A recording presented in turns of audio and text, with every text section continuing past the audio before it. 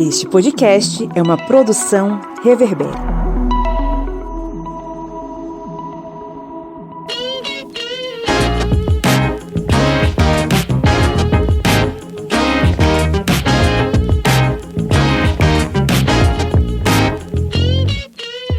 Olá, historiantes! Está entrando no ar mais uma vez, mais um episódio do seu podcast sobre as ciências humanas.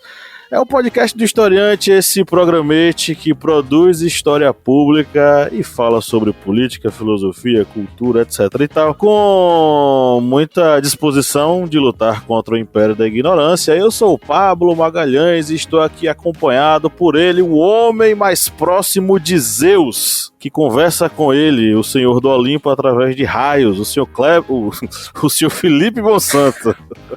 Quase errei.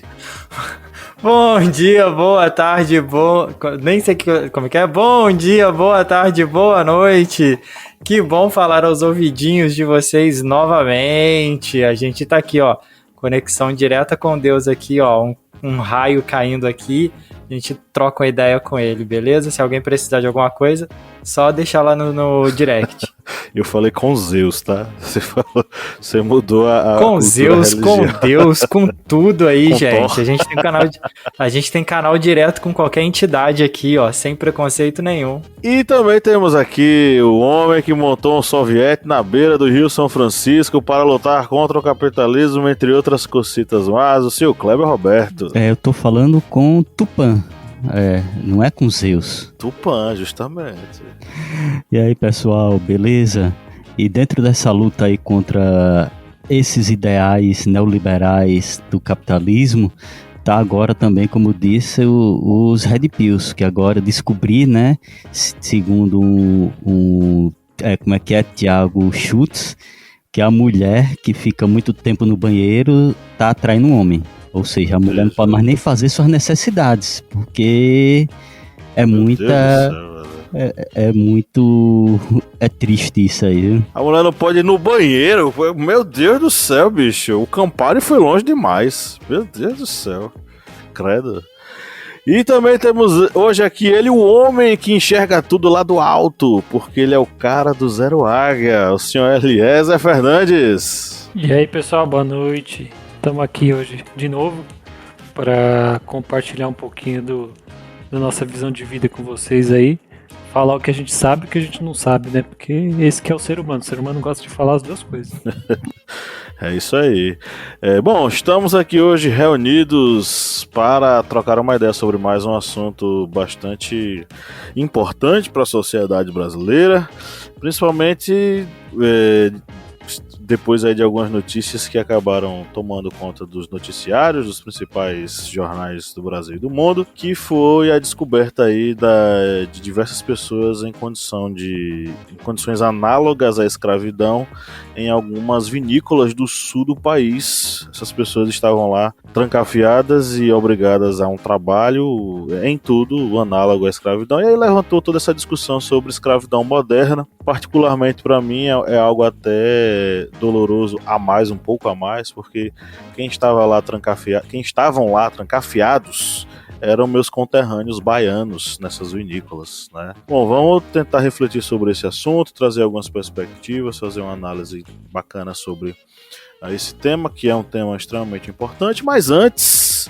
precisamos falar de estrelas, né, Kleber Roberto? Isso mesmo, pessoal. Se vocês querem ajudar aqui o podcast do Historiante, vocês vão fazer o seguinte: além de, logicamente, compartilhar nos seus stories aí do Instagram, mandar o link ali naquele grupo maneiro do WhatsApp, divulgar a palavra aqui do nosso podcast, você vai aí no seu agregador de podcasts, nos agregadores em que pedem para você colocar estrelas, tipo, por exemplo, o Spotify, você vai lá e dá 5 estrelas, porque isso ajuda e muito ao podcast ficar ali entre os mais comentados, os mais citados, e isso ajuda bastante o podcast do Historiante a alcançar mais pessoas.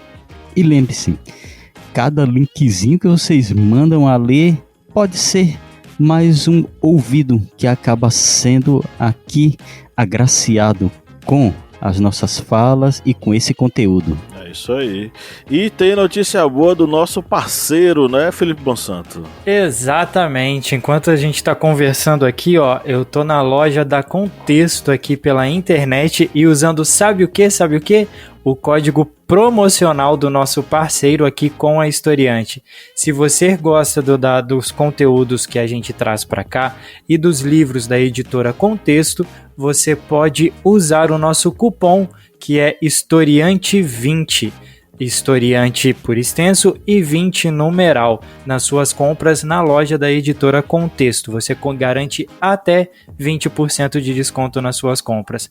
Vai lá, não perde seu tempo não, vai lá fazer suas compras. Isso aí, vá lá, não perca tempo. A editora Contexto, mais um ano aí, parceira do Historiante. E você que é nosso apoiador, você pode correr o risco de ganhar um livro da editora Contexto. A editora Contexto regularmente manda alguns exemplares pra gente fazer a leitura, divulgar, etc e tal. E esses exemplares podem cair nas mãos dos nossos apoiadores, né? Que vão poder... a gente tem o sorteio mensal de livros para apoiadores e você que está nos ouvindo pode participar. Fazendo o que, Felipe Bonsanto? Você pode se tornar nosso apoiador através do Orelo. Você acessa o nosso perfil lá no Orelo, no nosso agregador de podcasts, e você, só de dar o play no nosso episódio por lá, você já ajuda a gente. E além disso, você também pode se tornar nosso apoiador a partir de R$4 por lá, para concorrer a esses livros que nós falamos aqui e mais conteúdos exclusivos como podcast secreto, entre outros sorteios, cursos e várias coisas que a gente disponibiliza lá para vocês. E além do Orelo, vocês podem ser nosso apoiador também através do apoia.se/ohistoriante e também concorrer a prêmios, a ter podcast secreto, entre outras benesses aí oferecidas pelo Historiante. Beleza, então vamos logo pro nosso giro de notícias, né, Felipe? Bora lá!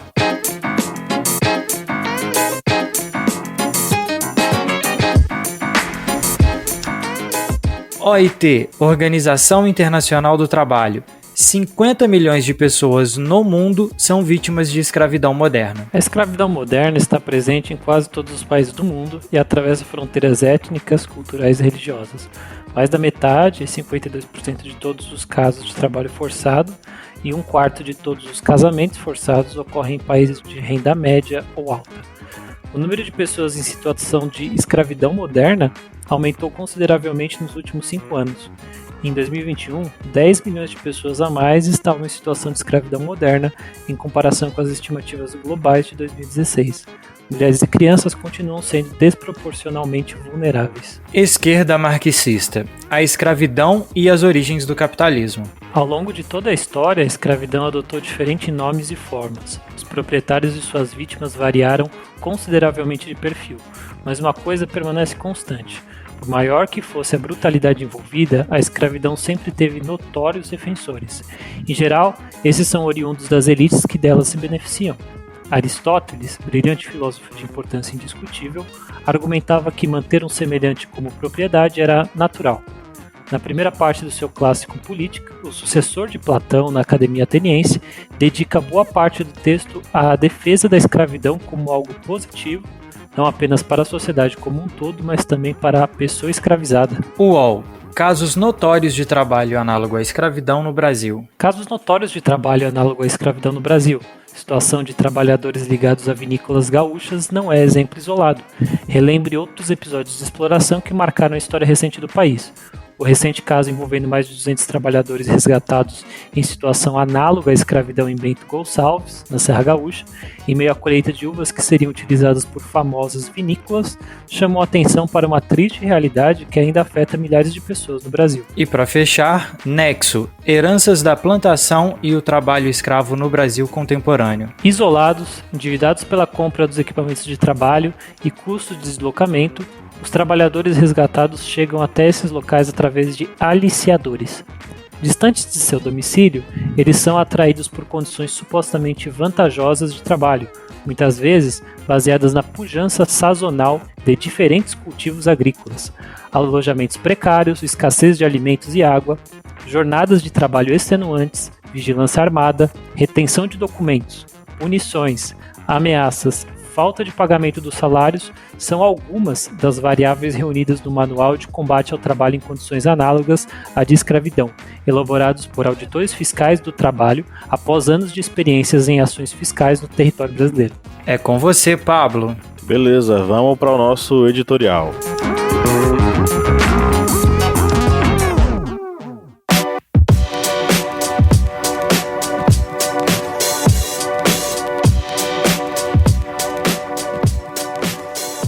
O assunto que movimenta esse episódio tem como ponto de partida uma notícia recente. 206 pessoas trabalhavam em condições análogas à escravidão em vinícolas de São Bento, na Serra Gaúcha. A maioria dos trabalhadores resgatados, que possuíam entre 18 e 57 anos, era oriunda de municípios da Bahia. A escravidão moderna ainda é uma realidade em muitas partes do mundo, não só no Brasil. Mesmo sendo proibida em todos os países, milhões de pessoas ainda são vítimas de exploração e trabalho forçado, tráfico humano e outras formas de opressão. Segundo a Organização Internacional do Trabalho, há mais de 40 milhões de pessoas em situação de escravidão moderna no mundo hoje. Essa triste realidade é reflexo de muitos fatores, incluindo a pobreza extrema, a discriminação e a falta de oportunidades. Além disso, a globalização e o aumento da demanda por produtos baratos têm contribuído para a exploração de trabalhadores em países em desenvolvimento. Muitas empresas multinacionais também são acusadas de usar mão de obra escrava em suas cadeias de suprimentos. É importante lembrar que a escravidão moderna não é apenas uma questão de direitos humanos, mas também de economia e política. A falta de regulamentação e fiscalização permite que essa prática continue a existir, e a solução deve envolver não apenas a conscientização e a pressão internacional, mas também a implementação de políticas e medidas concretas. A escravidão moderna é uma realidade também presente em nosso país, embora muitas vezes seja negligenciada e invisibilizada. Segundo a ONG Repórter Brasil, mais de 40 mil pessoas foram resgatadas de condições análogas à escravidão no país desde o ano 2000. Essa forma de exploração está presente principalmente em setores como o agrícola, de construção civil e o de confecção de roupas.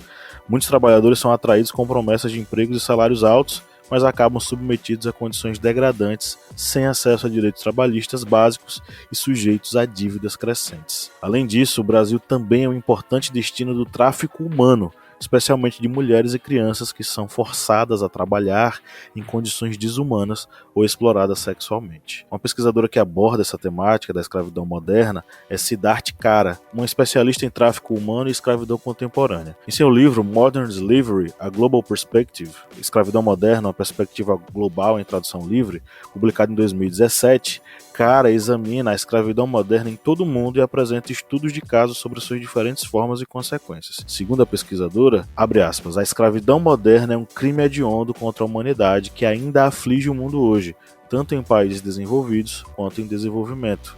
Estima-se que 40,3 milhões de pessoas estão atualmente escravizadas em todo o mundo, a maioria delas mulheres e crianças. Fecha aspas.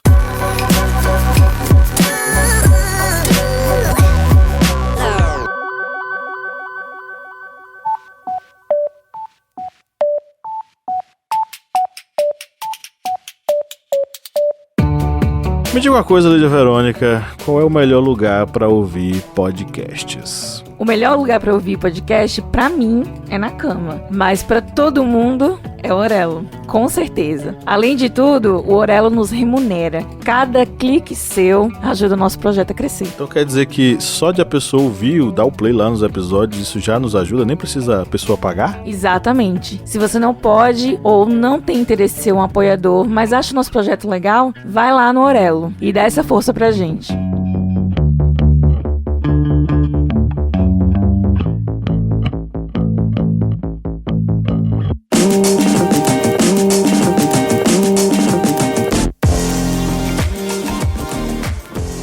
Sobre essa questão dessa prática que ainda infelizmente permanece no meio do trabalho no nosso país e em vários locais do mundo, a gente vê que, infelizmente, devido a esses últimos anos que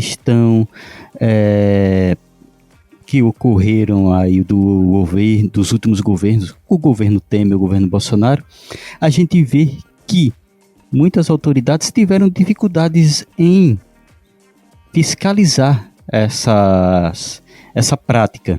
É tanto que a gente vê, como foi pesquisado aqui nas nossas pesquisas, a gente viu, por exemplo, aqui no G1, um boom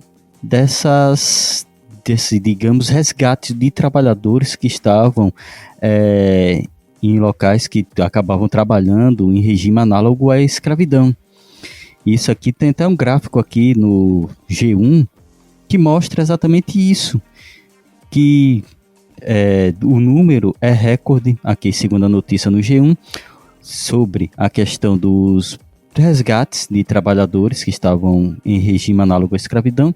O número é recorde para o primeiro trimestre em 15 anos, sendo superado apenas pelo total de 2008, quando 1.456 pessoas foram resgatadas. Isso aqui é informação do G1. E é exatamente isso que a gente acaba vendo tendo essa perspectiva, vendo isso como uma situação em que está se somando as crises econômicas. Devido a essas crises econômicas, tem esse aumento do desemprego, dessa desesperança desses trabalhadores que muitas vezes, ao ouvirem a notícia de um trabalho bem remunerado em determinado local, acabam aceitando muitas vezes sem sequer analisar aquela empresa, vendo se aquela empresa realmente é uma empresa idônea, se tem algo assim, alguém que vá comentar sobre aquilo ali, sobre aquela empresa, se realmente ela paga direito, se ela tem alguma queixa no Ministério do Trabalho, porque a pessoa vai se deslocar para um local que muitas vezes não sabe nem onde é, e deve conhecer pelo menos um mínimo daquela empresa. Mas infelizmente, devido à situação econômica ao qual o Brasil está passando, devido aos últimos governos, o governo Bolsonaro nem se fala, que tem um ministro da economia que não entendia de economia, isso fez com que os trabalhadores acabassem aceitando muitos trabalhos em que não sabiam nem o destino que eles iam. E acabamos vendo essa insistência de muitos contratantes em fazer com que os trabalhadores eles ficassem literalmente presos ao trabalho e, infelizmente, muitas vezes servindo como escravos e aí acabando incorrendo nesse crime de um trabalho análogo à escravidão. E, infelizmente, acredito que esse ano ainda vamos ver, infelizmente, muito mais casos que não eram sequer para existir. Um dos fatores que a gente pensa nesse ponto também, e aí eu tenho até um exemplo da região onde eu moro, que a gente acaba às vezes sabendo de muita coisa, que a gente acaba vendo muita coisa, a fragilidade das leis trabalhistas que a gente tem, da seguridade que a gente tem contra a pessoas que não têm tanta formação e não têm qualificação profissional, né? Essas pessoas que precisam trabalhar devido a péssima economia que a gente passou nos últimos anos, que a gente tem passado, né? As dificuldades que a gente tem enfrentado, e a gente vê a precarização desse trabalho. Eu moro numa região que é uma região de produção de café, para exportação, inclusive, e a gente vê muito o trabalho análogo à escravidão em regiões assim de colheita e de plantio do café, porque são trabalhos temporários. Pessoas com muita necessidade, que precisam trabalhar, precisam de algum sustento para sua família, eles acabam se submetendo a um preço, um valor irrisório, assim, simplório por dia, e passam 15 horas praticamente por dia arando a terra, colhendo café, torrando o café, fazendo coisas assim para dar um mínimo de sustento para suas famílias, e sem condições de moradia, sem condições corretas de alimentação, e por aí vai. E aí isso se estende para todo o Brasil, né? A gente vê isso em muitos outros lugares, como a gente viu na região da Serra Gaúcha há pouco tempo, como a gente viu também, né, situação de pessoas que trabalhavam em casas de família e que eram tratadas como na situação de análogo à escravidão, e isso é muito consequência da falta de políticas públicas direcionadas para esse público, né? Direcionada para as pessoas mais necessitadas, menos favorecidas. Então, é uma complexidade, é um reflexo da falta de política que a gente tem e da falta de segurança nas leis trabalhistas que a gente tem tido ao longo desses últimos anos. Então, interessante os comentários que vocês têm feito sobre o quanto o trabalho análogo à escravidão ele está mais próximo do que a gente imagina. E você falou do ambiente rural. Aqui no ambiente urbano, né, eu moro em São Paulo, cidade que tem mais de 20 milhões de habitantes. Aqui também você encontra esse trabalho análogo à escravidão, às vezes muito mais próximo do que as pessoas imaginam. Tem uma reportagem que foi feita não muito tempo atrás que mostrava os entregadores do iFood dormindo na rua para poder fazer a quantidade de entrega necessária para pagar as contas. Não só do iFood, como outros aplicativos. Existe um limite de horário no Uber de 12 horas. E o que eu conheço de Uber, de motoristas do Uber que fazem essas 12 horas e mais o horário que eles podem em outros aplicativos é enorme. E vai dizer que trabalhar essa quantidade de horas em condições que muitas vezes não tem nenhum tipo de condição fornecido pela empresa que você está trabalhando, não chega próximo ao análogo à escravidão. As pessoas podem até dizer, mas eles estão trabalhando autônomo, mas não tem nada que garante que essas pessoas tenham direitos. Essas pessoas, quando trabalham para aplicativo, principalmente os entregadores, muitas vezes são maltratados pelos clientes, são maltratados pelas pessoas que fazem a comida.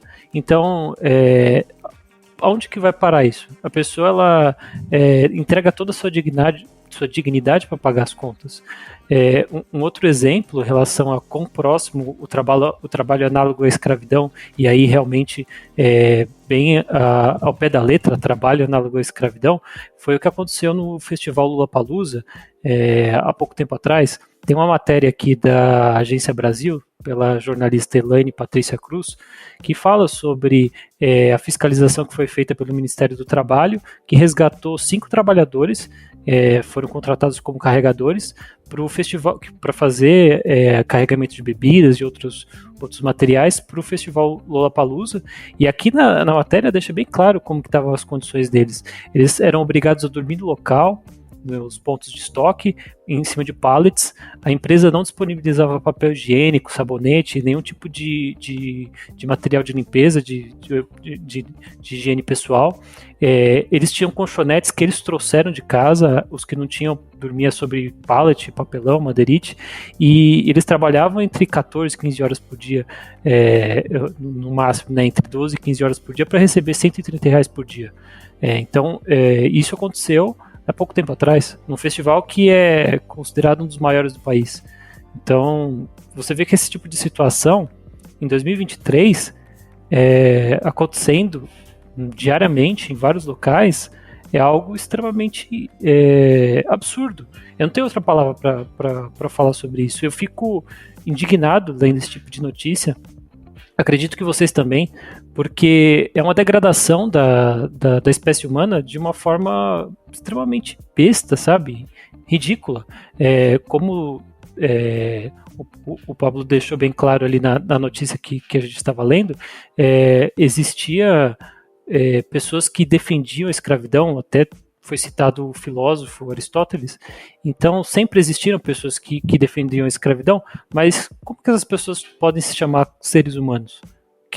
Como é que você pode se chamar ser humano se você não tem empatia por uma pessoa a ponto de achar que ela ser escravo é algo ok, é algo que pode ser considerado normal?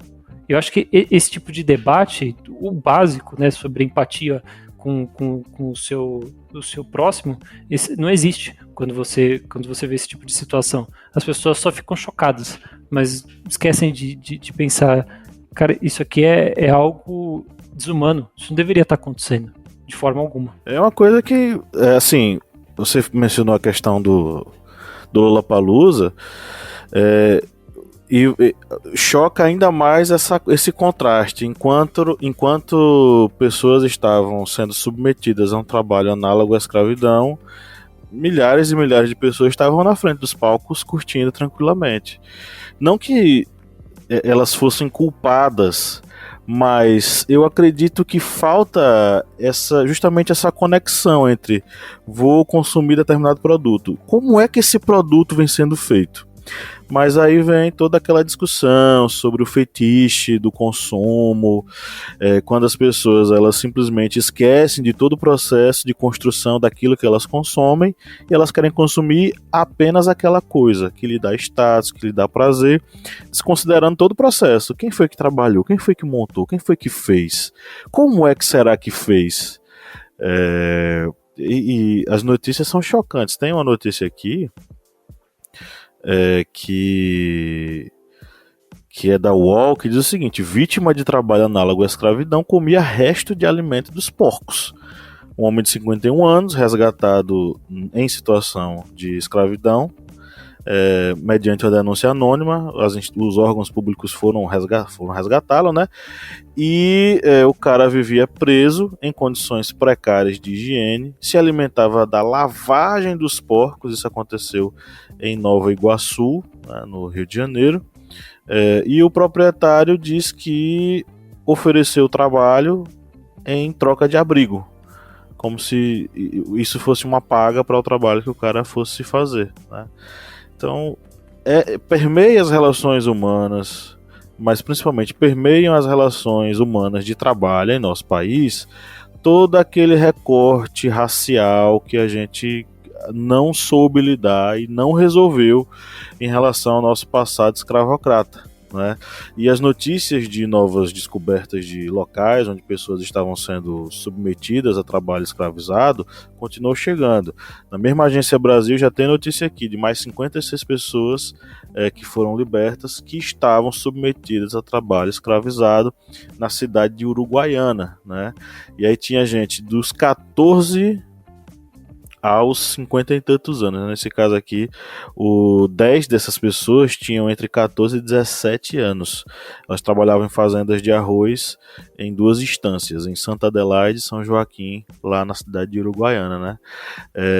E isso vem atrelado ao fato de que o número de denúncias que está acontecendo esse ano, né, ele já é o maior num recorte de 11 anos.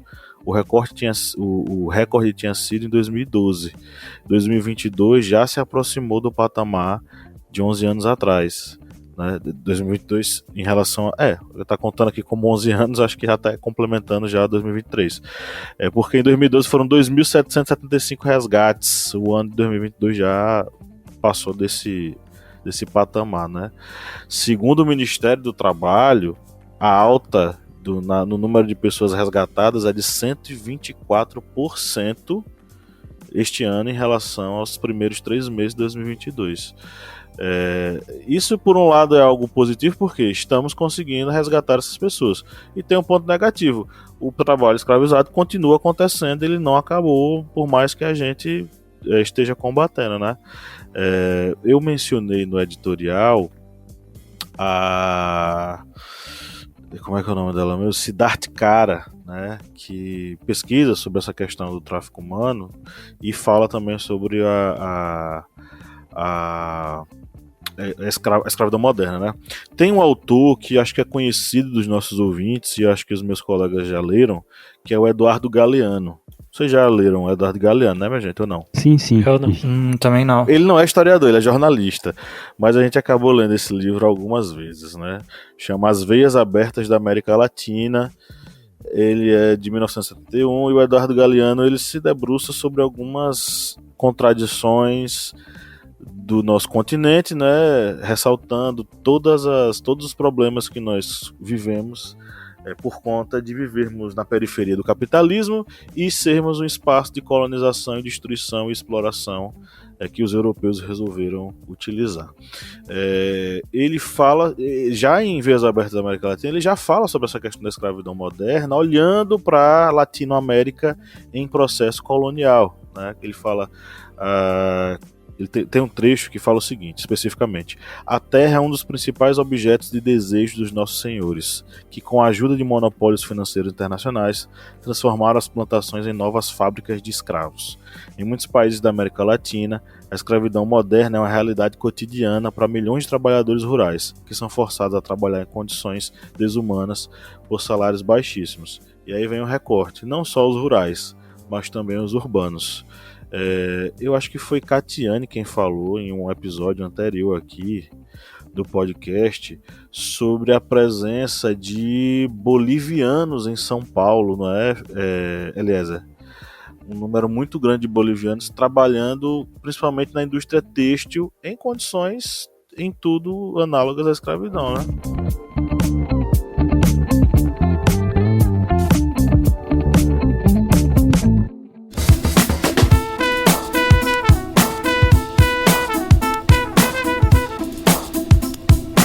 Bom, quem curte e acompanha o Historiante pode nos ajudar a manter o projeto, não é mesmo, seu Kleber? Isso mesmo. Você pode ajudar o Historiante de uma forma bem fácil. E faz como? Vai lá no nosso Apoia-se.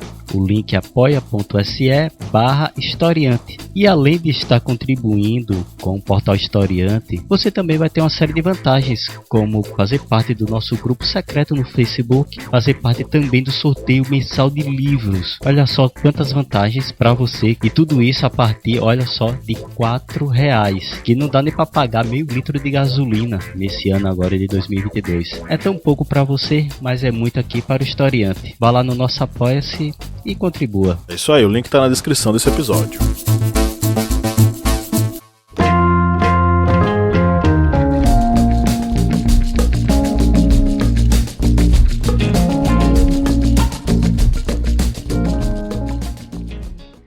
Sim, existem diversas denúncias de bolivianos, agora também tendo venezuelanos, mas a maior parte que eu sei são de bolivianos. A Catiane será uma pessoa excelente para participar desse episódio, porque ela tem bastante conteúdo para falar sobre isso. Mas o que eu queria comentar quando você falou sobre passado escravocrata, é que nessa matéria da Agência Brasil, que fala sobre a Lollapalooza, se eu não me engano, o auditor fiscal que fez o comentário para a Agência Brasil diz sobre o perfil dos trabalhadores resgatados em operações contra o trabalho escravo no Brasil. Ele fala, esse perfil costuma, o perfil desses trabalhadores reflete o perfil das pessoas em situações de maior vulnerabilidade social no país. Cerca de 90% são homens, mais de 80% são negros, e a maior parte deles tem no máximo o 5º ano incompleto. Cerca de 10% são analfabetos. E em relação à faixa etária, eles têm entre 20 e 39 anos. São homens negros, com baixa escolaridade e jovens. Então, assim, tem tudo a ver. As pessoas que simplesmente não são apoiadas por nenhum tipo de política pública de sociedade têm que, de alguma forma, sobreviver. E aí, fazendo resgate com o que já foi comentado aqui no podcast, a pessoa, acredito que foi o Kleber que falou, a pessoa vê a oportunidade de conseguir algo e aí embarca, não pesquisa, não procura, ela simplesmente quer um respiro, né? Sair da situação de vulnerabilidade social que ela está, e ela acaba caindo nas garras do trabalho escravo, do tráfico de pessoas, e acaba caindo numa situação dessas. E aí pode ser numa Lollapalooza da vida, como num Viedo lá em Bento Gonçalves. E só para complementar, esses dados que você acabou de falar são 80% de pessoas que são negras, não é isso? Sim, confirmando aqui, são 80% pessoas negras. E aí a gente remete para a questão, não existe falar sobre escravidão moderna sem falar sobre recorte racial. Quando a gente encontra pessoas escravizadas em vinhedos do sul do país, a gente não encontra a própria população branca, por exemplo, sulista. A gente encontra nordestinos, em sua grande maioria, negros e negras.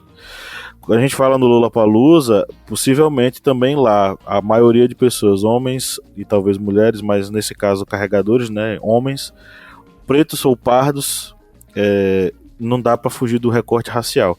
Por que eu estou falando isso? Um dos grandes exemplos históricos sobre a permanência da escravidão, mesmo após a abolição da escravatura, é a que a gente chama de Revolta da Chibata, quando marinheiros de baixa patente da Marinha de Guerra do Brasil se rebelaram diante do fato de que estes marinheiros negros, que não podiam ascender na hierarquia da Marinha, eles recebiam castigo de chibatadas, tais quais os escravizados recebiam ainda no período de vigência da escravatura no Brasil. Eram amarrados em troncos, eram submetidos a um castigo absurdo, tremendo, e lhes era negado atendimento médico em diversas ocasiões. Isso em plena República do Brasil, já a gente falando aí nas primeiras décadas do século XX, pós abolição da escravatura. Quando os marinheiros conseguem, depois de uma revolta, conseguir forçar a abolição das chibatadas, isso não dá fim na escravização pós-Lei Áurea. A escravização vai continuar acontecendo sob diversos outros aspectos e adotando diversos outros critérios, até a gente chegar onde a gente está hoje.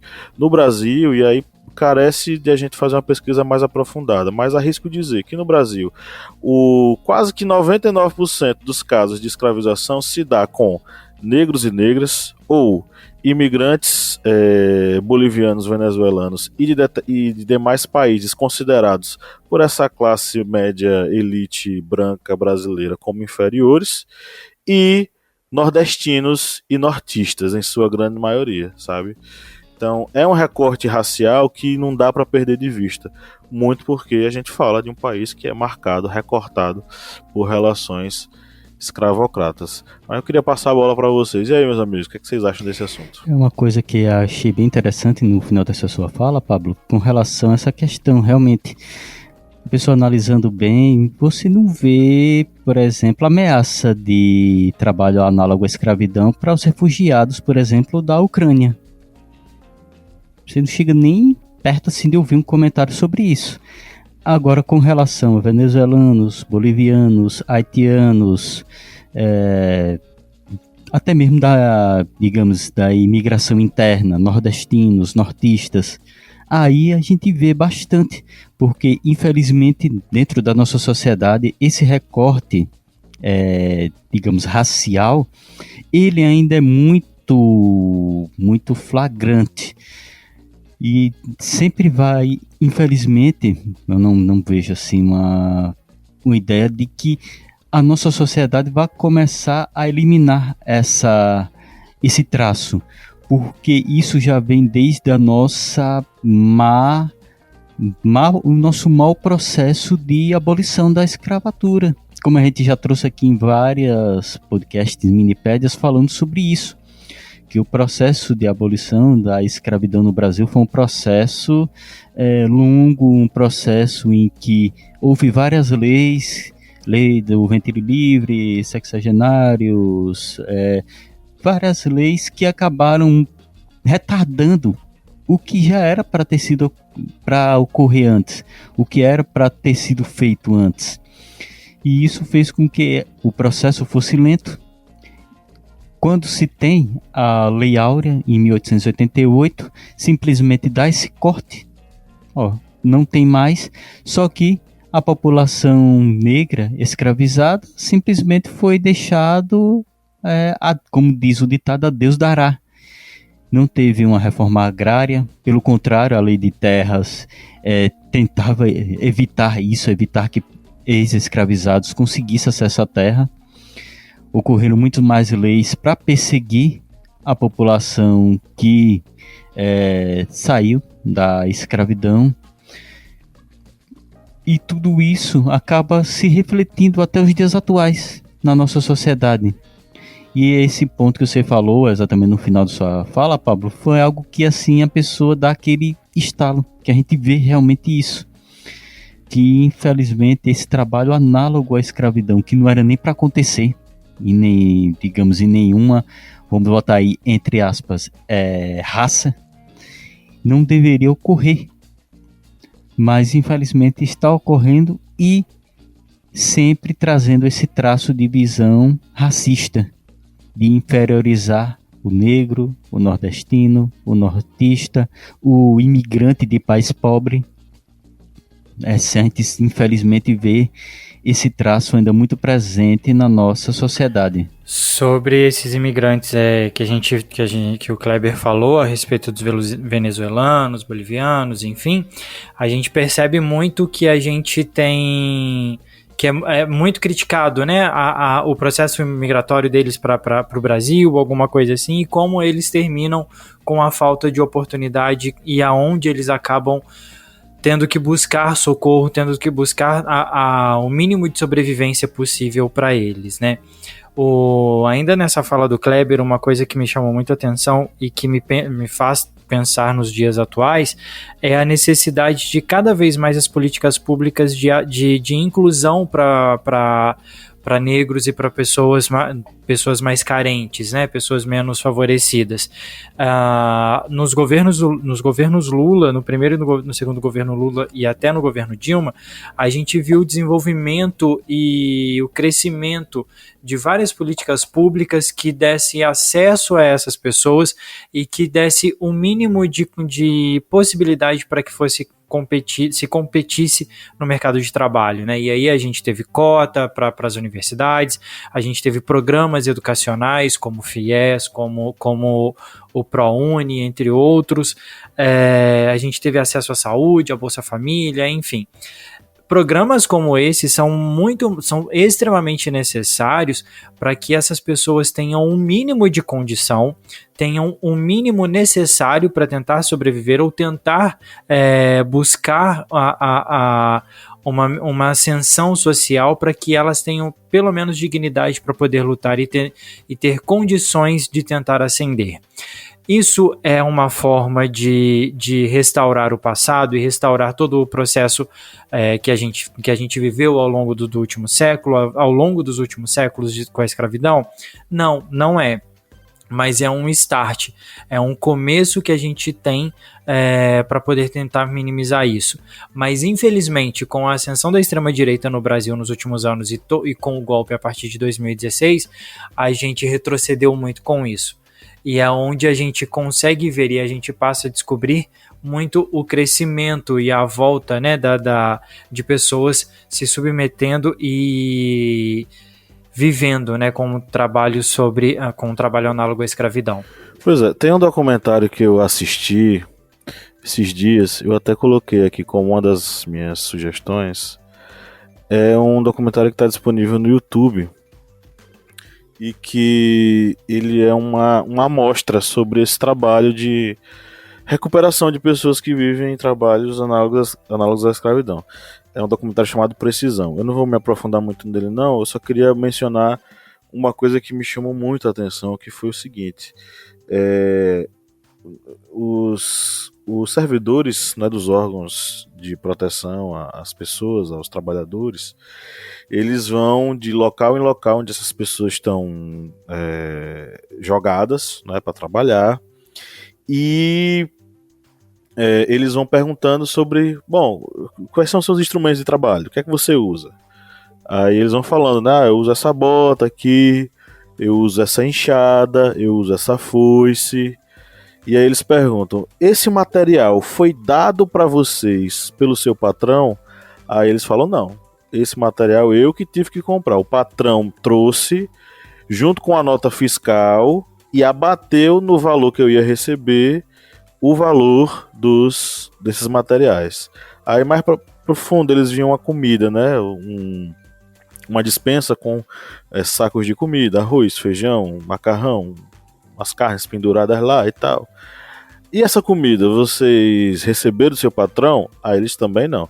Nosso patrão, ele até manda pra gente, só que a gente paga por essa comida é descontada do nosso salário, e o indivíduo que leva as coisas pra gente, o cara do frete, quem paga somos nós, não é o nosso patrão.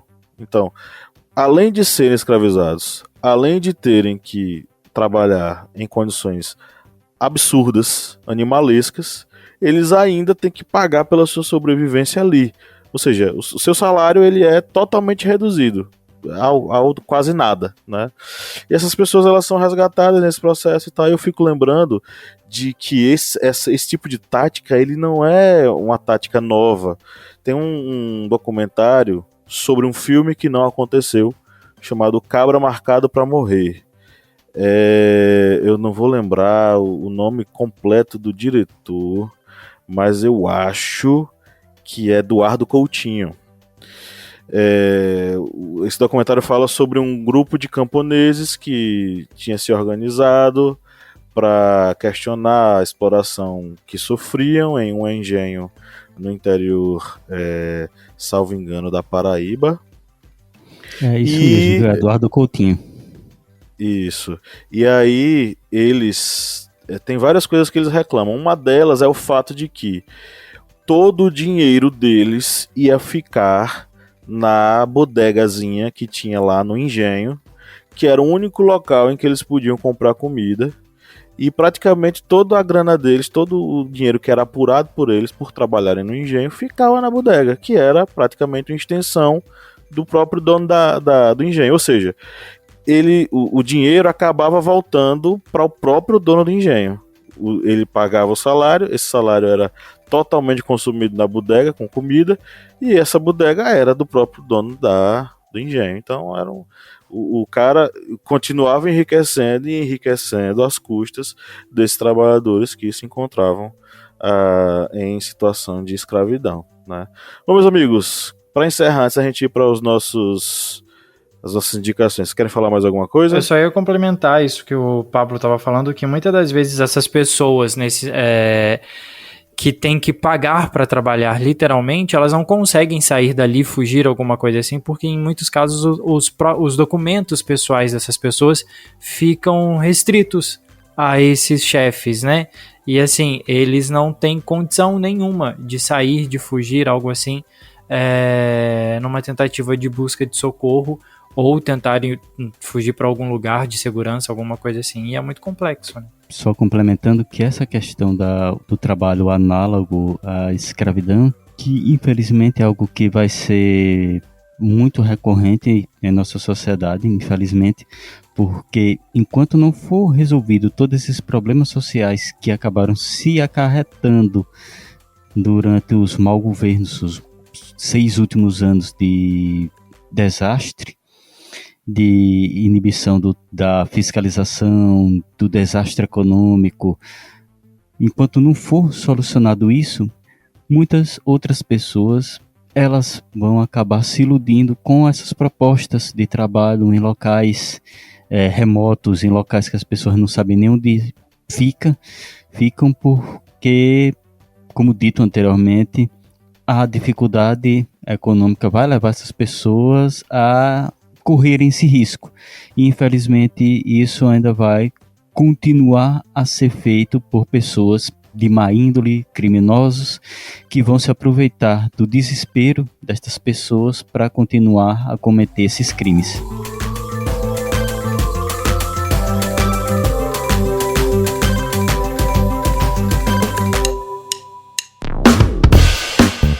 Você que é nosso ouvinte, que acompanha esse podcast a cada semana e adora ouvir os nossos papos, que tal a gente fortalecer os nossos laços de amizade? É simples demais e nem precisa pausar o episódio, né, Felipe? Exatamente, Paulo. Se você está ouvindo a gente agora, seja no Spotify ou seja na Apple Podcast, para a gente ficar mais íntimo, para a gente falar cada vez mais ao seu ouvidinho, você faz o seguinte agora. Enquanto está ouvindo a gente, vai lá, avalia a gente no seu aplicativo de áudio. Vai lá no Spotify, dá 5 estrelas pra gente. Vai lá no Apple Podcasts, dá 5 estrelas pra gente. Isso fortalece o nosso relacionamento e você fica cada vez mais perto da gente. Faz isso pra gente, dá essa moral lá agora.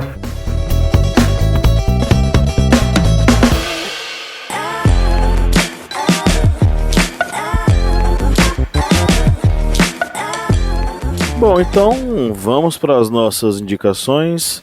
Chegamos ao momento que é a nossa curadoria especial para você que nos ouve, né? Nós temos aqui algumas dicas para você que está aí já depois de quase 50 minutos de episódio. Essas indicações, elas sempre são feitas pensando naqueles indivíduos, naquelas pessoas maravilhosas que nos ajudam a manter esse projeto funcionando. Então, a gente homenageia essas pessoas, esses nossos apoiadores e apoiadoras, né? Hoje quem é que tá com as indicações? Opa, tô aqui. Kleber, Roberto, e aí? Quem são os apoiadores homenageados de hoje? Pronto, primeiramente a gente manda aqui muito obrigado a todos que acreditam aqui no Historiante, que dão esse apoio que para muitos pode parecer um apoio irrisório, mas é muito importante para a continuidade aqui do Historiante. Agradecemos a todos vocês e mandamos um super abraço para Juliana Fick, Thaís Meleiro e Arley Barros. A vocês e a todos os outros, muito obrigado. Agradecemos demais o apoio e essa ajuda que faz com que o Historiante continue a divulgar, a propagar o conhecimento para todos. Beleza, então fica aí o nosso abraço e o nosso convite a você que nos ouve, né? Torne-se um apoiador ou no apoia.se/historiante ou no aplicativo da Aurelo. Basta você clicar aí no link que está na descrição deste episódio. E aí, meus amigos, quem gostaria de começar a rodada de sugestões? Pronto, eu vou puxar aqui. Opa. Parou, ímpar! Vai, Kleber, pode ir. Eu vou mandar aqui rapidinho as minhas indicações. Vou indicar aqui um livro que eu acho que eu já indiquei outra vez. Um podcast também, que foi a nossa minipédia número 1. Que foi baseado neste livro, que é o livro 12 anos de escravidão, de Solomon Northup. Que é um livro que fala de um afrodescendente norte-americano que é livre, mas ele acaba sendo capturado e sendo escravizado. E esse livro, que é um livro excelente, vai contar, através das próprias palavras do Solomon, como ele sobreviveu a toda esse flagelo que era ser escravizado. E nós fizemos uma minipédia, você vai aí descer no seu agregador até a minipédia número 1, que foi baseada neste livro. Então vale a pena vocês lerem o livro, ouvir a minipédia, fazer aquela maratona também, que nos vários episódios que nós falamos sobre a escravidão na minipédia, que são muitos episódios interessantes, que vale a pena ouvir. Desde episódios sobre Luiz Gama e a luta dele para libertar escravos através de um processo judicial, até os mitos que ocorreram e que ainda são divulgados dentro do processo de abolição.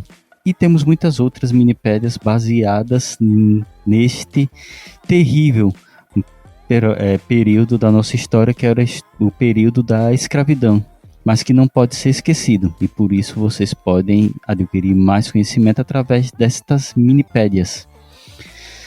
E como dica musical, estou aqui meio metal melódico, power metal ultimamente, e vou mandar duas músicas aqui. Uma delas é da banda Rhapsody, que atualmente é conhecida como Rhapsody in Fire, mas em vários locais é só Rhapsody mesmo. E vou mandar a música Eternal Glory. E a outra, que é uma banda um pouco mais antiga, mas que também tem um som muito bom ali, com um som mais fantasia medieval, que é a banda Nocturnal Rites, com a música The Iron Force, que é também aí uma pegada bem medieval, guerreiros, espadas. É um sonzinho bom para relaxar e para quem curte um bom power metal. Bom, eu vou aqui então, eu vou engatar. Eu vou fazer uma indicação bem levezinha, mas bem gostosinha, reflexiva para o final de semana. A terceira temporada de Afterlife é uma série que conta o processo de luto de um viúvo, um senhor viúvo. E as duas primeiras temporadas conta o processo de luto, como ele lida com a perda da esposa mais jovem, né? E aí vai mostrando as fases ali que cada um passa pelo luto. E a terceira e última temporada, que são 5, 6 episódios, conta como ele supera o luto e como ficam as memórias, tudo. É muito gostoso, traz uma reflexão muito interessante sobre o processo de luto, como a gente passa pelo luto, né, de várias formas, e vários tipos de perdas, né? E é uma indicação bem gostosinha que tem na Netflix, a terceira temporada, então, de Afterlife. Fui censurado hoje, tá? Recebi recados aqui que eu não poderia indicar Los Hermanos, tá? Fui ameaçado de morte antes da gravação desse episódio. Eu fui exposto. Houve exposed nas redes sociais, inclusive. Meu Deus! Mas quando a gente estava preparando esse episódio, eu lembrei muito de uma música do Rapa, chamada Todo Camburão Tem um Pouco de Navio Negreiro, né? Que aí conta sobre o preconceito que acontece e como são maltratadas as pessoas negras na abordagem com racismo, tudo, e até sobre o racismo dentro da polícia e como elas são tratadas por policiais. É muito interessante a música, eu gosto muito dessa música, me remeteu bastante quando a gente estava estudando sobre esse episódio. E também, para dar uma relaxada, eu tenho ouvido muito Gilsons, que são os filhos, o filho e os netos do Gilberto Gil. E tem uma baladinha aí, uma musiquinha bem gostosa para dançar. Eles tocaram com Coldplay, né? Eles tocaram com Coldplay, eu acho que no Rio, foi no Rio, né? E com o Milton Nascimento também. E eles tocaram no Lollapalooza. Tocaram com o Milton também? Eu vi que o Tom Veloso tocou com o Milton Nascimento e o Coldplay ontem, fechando a turnê no Rio. Eu não vi se os Gilsons estavam juntos. Mas tinha Gilsons, pelo que eu li na matéria, tinha Gilsons também lá, pô. Tinha. Sensacional, né? Então, assim, a gente tem muita qualidade, tem muita música de qualidade aí com essa nova geração, né? E assim, tenho escutado bastante Gilsons e eu vou deixar essa música proposta deles como indicação também aí. Ok. Bom, minha indicação de leitura dessa vez, tô bem tradicional hoje, vou indicar um livro. É um livro que inclusive eu tô lendo nesse momento. Eu fiquei sabendo sobre o professor Elias Jabbour num podcast que eu escutei alguns cortes, depois eu fui escutar mais dele debatendo com uma influencer neoliberal. E o professor Elias Jabbour já é um clássico esse vídeo, já. E é uma pessoa que conhece muito de economia e eu resolvi ler, né, sobre o material que ele produziu. E esse livro, China, o Socialismo do Século XXI, é muito interessante, assim, pelo que eu tô lendo, assim, é interessante quem lê ter um pouco de base, assim, saber um pouco sobre os ideais de Marx expostos no Capital, ler um pouco sobre a riqueza das nações, entender, sabe, um pouco da base tanto do capitalismo quanto do socialismo, porque ele explora com muita profundidade como que é o socialismo na China. Ele dá uma introdução sobre o socialismo no mundo e depois explora sobre o socialismo na China. E eu achei muito interessante que ele pega e explora muitas das coisas do que torna o capitalismo algo tão cruel, né? E quando a gente fala sobre escravidão contemporânea, não dá para esquecer que um dos principais motivos é a gente ter um sistema capitalista global, né, praticamente. E você vê muito mais as ocorrências de escravidão moderna em países que têm como formação econômico-social o capitalismo. Mas é uma leitura assim um pouco mais densa, né, mas muito interessante. Tem uma visão bastante interessante sobre o socialismo, né, que é algo que é sempre bom aprender, né, camaradas? É isso aí. E agora, sobre música, também mais tradicional hoje, eu vou citar música brasileira. Eu vou indicar a música Apesar de Você, do Chico Buarque, né, que o refrão já fala: apesar de você, amanhã há de ser outro dia. E acredito que é uma reflexão muito boa de se fazer, né? A gente pode ver tanta maldade, tanta gente ruim querendo se aproveitar dos outros, muito mau caráter, mas a gente sempre tem a esperança de que isso vai mudar, né? Tem muita gente boa no mundo, muita gente que quer fazer o bem, e eles não são a maioria. Então, enquanto a gente estiver aqui falando, né? A gente não estiver calado, mas sim falando contra a injustiça social, a gente vai ter um novo dia. Então, é isso. Apesar de você escravista, apesar de você pessoa ruim que escraviza os outros, pessoa de mau coração, a gente aí vai ter um novo dia amanhã. É isso aí, a mensagem está dada. E eu diria mais, apesar de você, adorador da ditadura, porque 64 foi golpe e foi ditadura, viu? Amanhã há de ser outro dia. Tá chegando essa data, tá? Tá chegando, amanhã é 31, eles dizem que foi dia 31, o dia da Revolução, mas na verdade foi no dia 1º de abril, dia da mentira, que aconteceu o golpe civil-militar de 64 no nosso país. Enfim, eu vou de Chico Buarque também. Hoje a senhora, minha esposa Lídia Verônica, que está há algum tempo sem dar um tostão de sua voz no podcast, ela me mandou uma música muito bonita aqui do Chico Buarque, O Filho Que Eu Quero Ter. É uma música bem bonita, um pouco triste, um pouco melancólica, mas muito bonita. E também vou colocar na nossa playlist agora uma música para relaxar, tá? Nesse final de semana. É a música do Capim Limão com a Ana Furman, Morena do Beijo Bom. É um voz e violão bem gostosinho aí, escutem, tá na nossa playlist. Para sugestão aí para vocês assistirem sobre o tema, eu tenho esse documentário que eu mencionei durante os debates, tá? Ele tem duas versões, uma versão estendida e uma versão mais curta, todas as duas disponíveis no YouTube. É o documentário Precisão, de 2019, dirigido por Cacau Holden, e ele está lá disponível na página do International Labour Organization. As duas versões estão disponíveis na internet. O nome do documentário Precisão, tem a versão de média duração e a versão de longa duração, ambas gratuitas, para você poder conferir lá no YouTube. E é um documentário muito direto e importante, porque ele mostra as intervenções diretamente feitas pelos órgãos públicos de defesa do trabalhador nos locais onde o trabalho escravizado está acontecendo, e mostra as falas das pessoas que foram escravizadas e conseguiram sua libertação através desses órgãos e da atuação desses órgãos para ajudá-los, tá? Eu acho que é um documentário muito necessário, e quanto mais pessoas assistirem, melhor, porque isso vai evidenciar cada vez mais o quadro de escravidão moderna que existe em nosso país. Bom, meus amigos, eu acho que é isso. Chegamos ao final de mais um episódio do podcast. Amigos, abemos ou não abemos? Fumaça branca? Abemos. Fumaça branca. Fumaça branca. Abemos. Abemos podcast. Abemos papam.